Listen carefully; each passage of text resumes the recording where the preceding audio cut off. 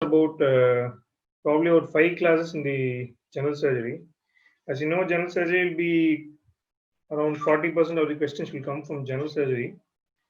So you need to crack all the questions of general surgery also to clear your marks in addition to the super specialty. So today we'll be talking about the wound healing and tissue repair. So we'll go through a few around 8 to 10 questions. As it is a model class, it will be a short class about 20 to 30 minutes. So we'll go to the class now.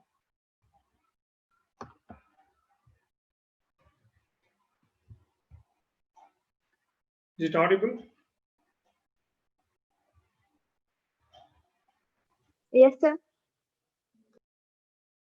Screen is there? Screen. Yes, sir. It's visible. Okay.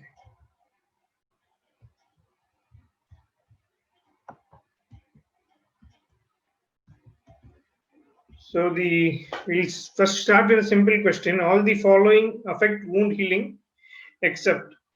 So the options are smoking, diabetes, alcohol intake, and nutritional deficiency. So for these, first we need to know what are the factors which will affect the wound healing. So we'll first go through the factors are influencing the wound healing. The factors are site, that is according to site, the upper part of the chest, face, and neck, the wound healing will be better. That is, it will promote the wound healing, and the lower part of the chest and distal extremity, the wound healing will be a little delayed compared to the face and neck. Then the involved structures, the mechanism of injury. The mechanism of injury plays an important role. That is, incision. A clean incision will heal faster, whereas a crush injury or an avulsion injury will lead to a delayed wound healing. And the contaminated wound will cause a delay in the wound healing compared to a clean wound. And when there is a tissue loss, obviously the wound healing will be delayed. Vascular insufficiency due to ischemia, the wound healing will be delayed. In previous radiation, pressure, nutrition deficiency or malnutrition, diabetes, and patient on steroid medications. And smoking is an important factor. Along with it, immunodeficiency status like HIV, HPSG, all these things will affect the healing of the wound. So now coming to the question, all the following will affect wound healing except. So smoking is an important factor. Diabetes is a factor which affect the wound healing. It will delay the healing. Alcohol intake may cause if there is a significant liver dysfunction. And fourth one is nutritional deficiency. So of these, the smoking, diabetes, and nutritional deficiency are directly affecting the wound healing. So the answer will be alcohol intake. So now the similar to that, which are the following factors affect wound healing? Immunodeficiency, site, smoking, contamination, mechanism of injury. The answer will be all the above because all the factors affect the wound healing. Now we'll go to the question per se based on these. So you need to know about this. All these things will be kept in the mind before going to the next question.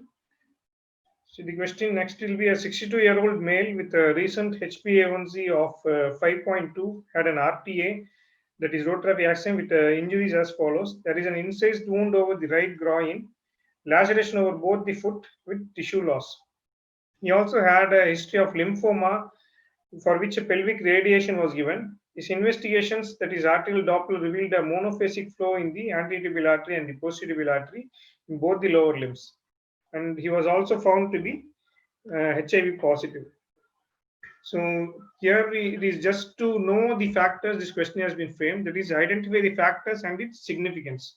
So the factors which we need to know here is the incised wound. As you know, the mechanism of wound, incised wound will have a better healing, which is present in the right groin.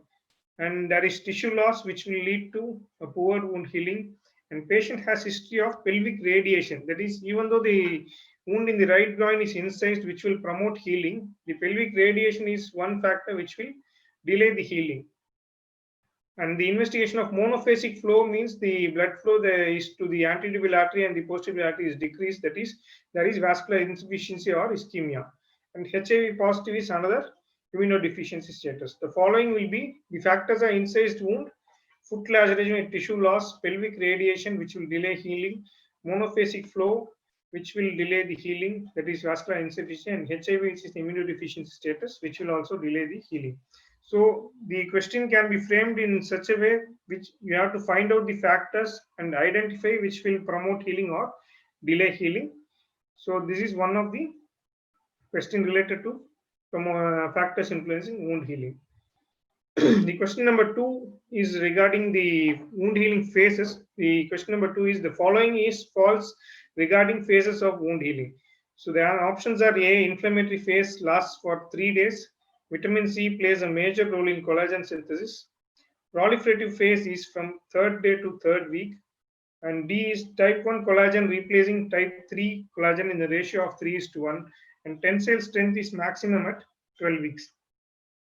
So to answer this question, you need to know a few points about the phases of wound healing. So there are 3 phases of wound healing. That is inflammatory phase, which may be early and late, a proliferative phase, and a remodeling phase or maturation phase or maturing phase.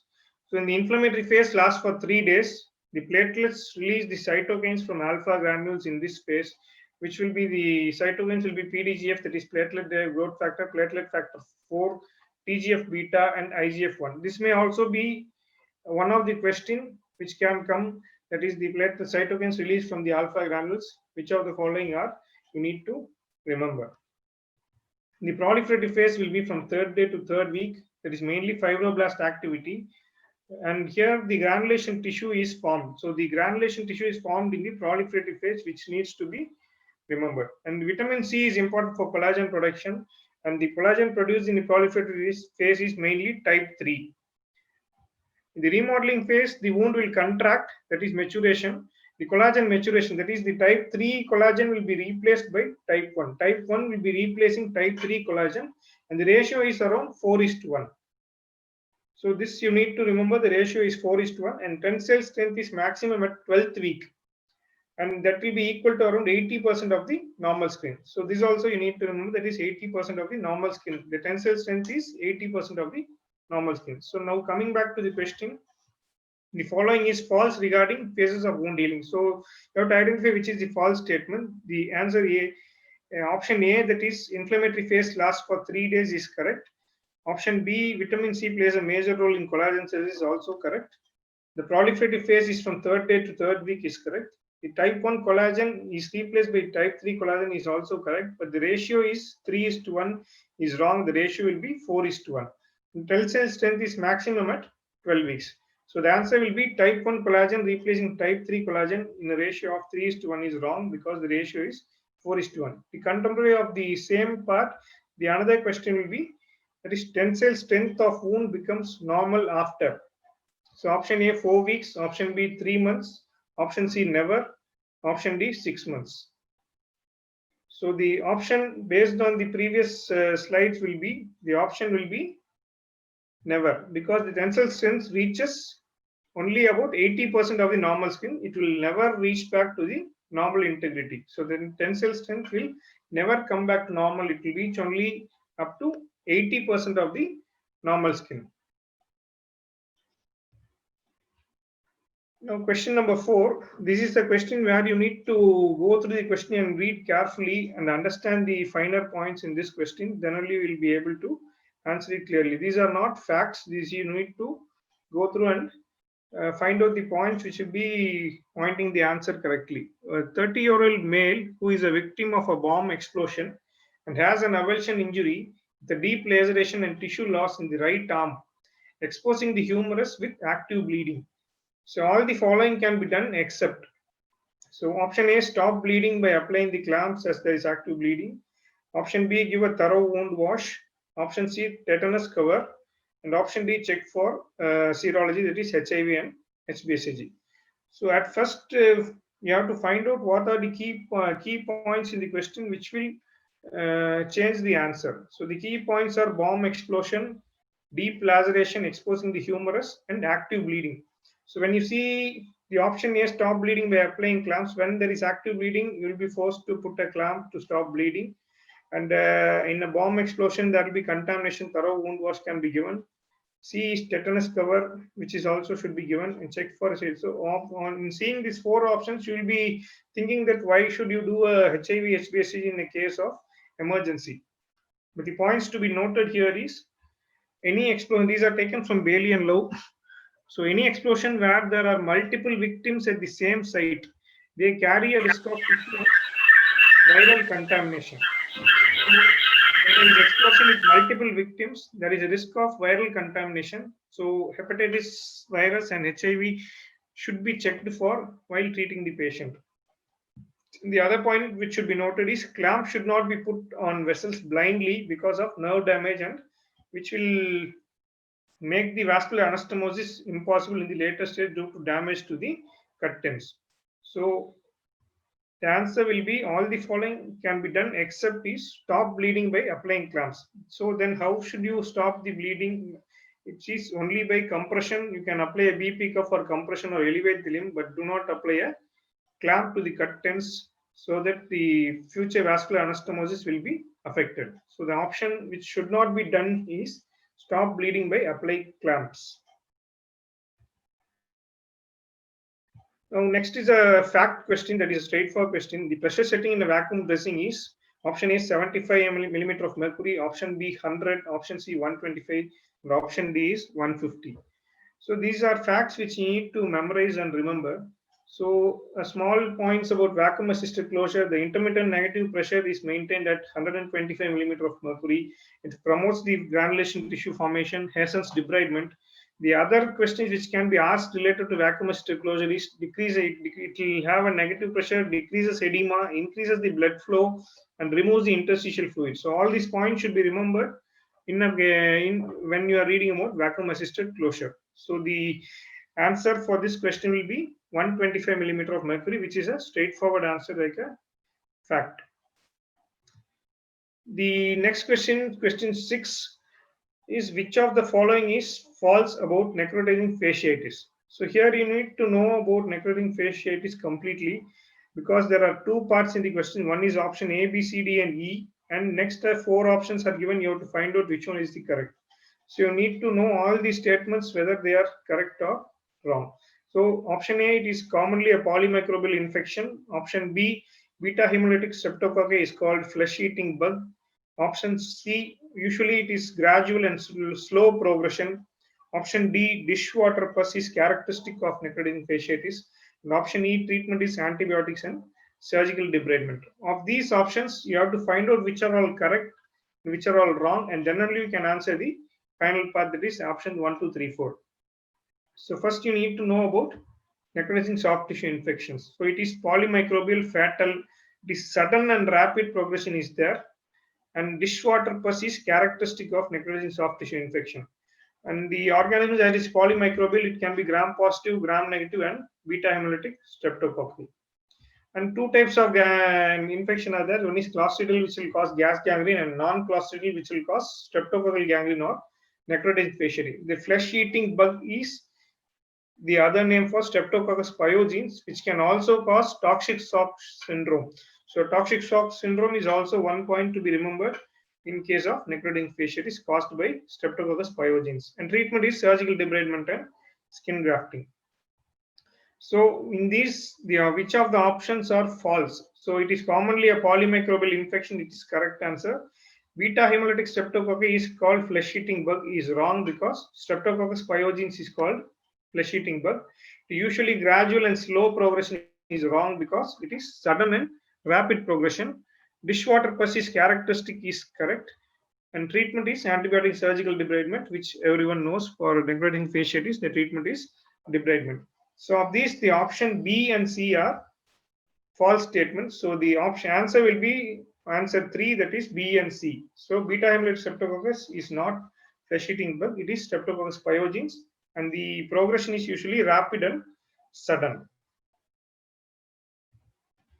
Now coming to question 7, this is about scarring of the wound. That is, once the wound heals, that will be scarring. So the question regarding scarring is, which of the following statement is true regarding scarring? So hypertrophic scar extends beyond the original incision, option A. Option B is hypertrophic scar is due to prolonged proliferative phase. Option C, keloid has more collagen of type 3. And option D, keloid does not recur after surgical excision. So which of the following statement is true? So you should know about the hypertrophic scar and keloid. So small points about hypertrophic scar. It is due to prolonged inflammatory phase, and it does not extend beyond the original incision. These are the 2 points regarding hypertrophic scar. In keloid extends beyond the original incision site, that is, it overgrows to the normal skin. It contains more of type 3 collagen. It may be familial, and sternum is the most common site, and other sites are shoulder and face where keloid is common. So with these things, the other questions which can be is keloid can have a familial tendency, and the keloid extends beyond the original site of the incision. So based on this, now coming to answering this question, which of the following statement regarding scarring is true? Of these 4 answers, everyone will know that keloid does not recur after surgical excision is a wrong statement. So the answer option D can be easily ruled out. The other things we need to know is option A, B, and C we have to find out. So in hypertrophic scar, extends beyond the original incision is wrong because it will stay within the incision. Only keloid will extend beyond the original incision. The hypertrophic scar is due to prolonged proliferative phase. It may appear to be correct because hypertrophy is seen in proliferation. So it may appear to be correct that hypertrophic scar will be due to prolonged proliferative phase, but actually the hypertrophic scar is due to prolonged inflammatory phase, as you see in this slide. So that you need to note because it can be easily misleading that hypertrophy will be due to proliferation. And option C, keloid has more of collagen type 3 is correct answer. Option D, keloid does not recur after surgical excision is also wrong answer. So the option is answer C, keloid has more of collagen type 3 is the true statement. Option B is wrong because it is due to prolonged inflammatory phase and not due to prolonged proliferative phase.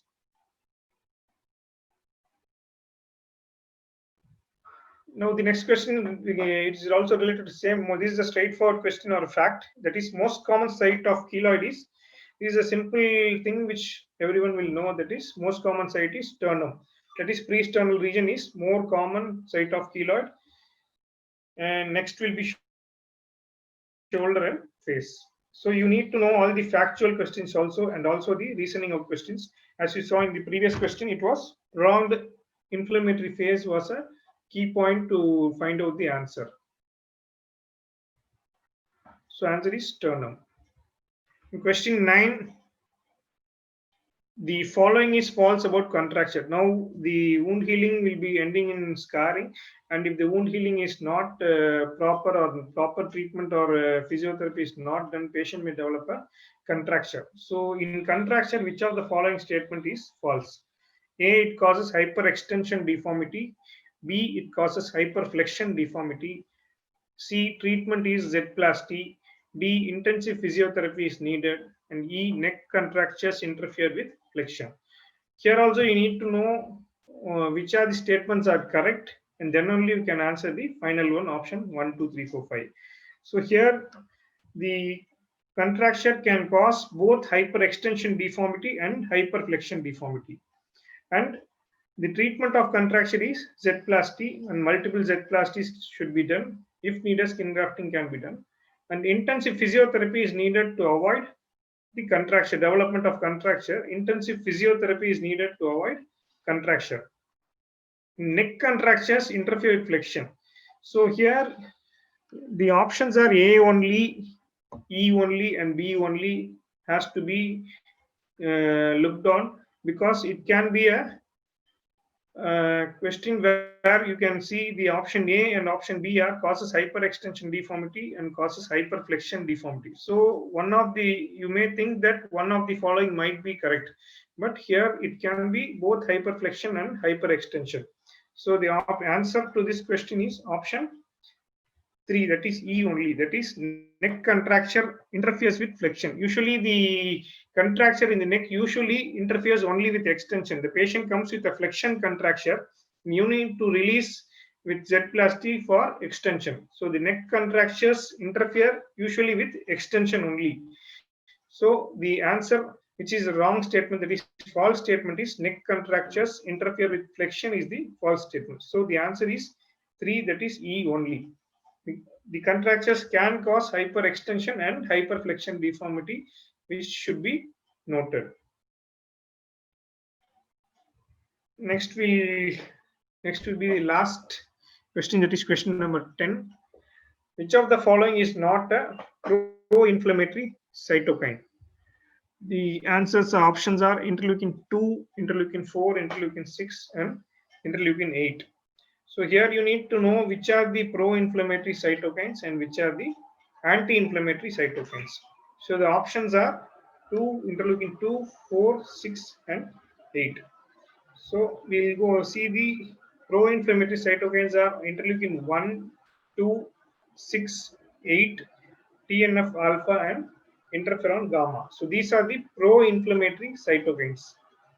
The anti-inflammatory cytokines are interleukin 4 and 10. Only two are anti-inflammatory cytokines, that is interleukin 4 and 10. So coming back to the question, which of the following is not a pro-inflammatory cytokine? So the option is answer B, that is interleukin 4, which is an anti-inflammatory cytokine. So with this, we come to the end of the model class. The model class is just to know how the questions can be taken and what are the questions which are facts or which you need to memorize, and which are the questions you need to go through the question, find out the points which are favoring the answer. So these are the points which need to be concentrated while answering the MCQs. So with this, we'll finish this session of model class. And when we are going to the main session, we'll go to the wound healing and tissue repair, everything in detail. So with this, we'll finish this model class. Thank you.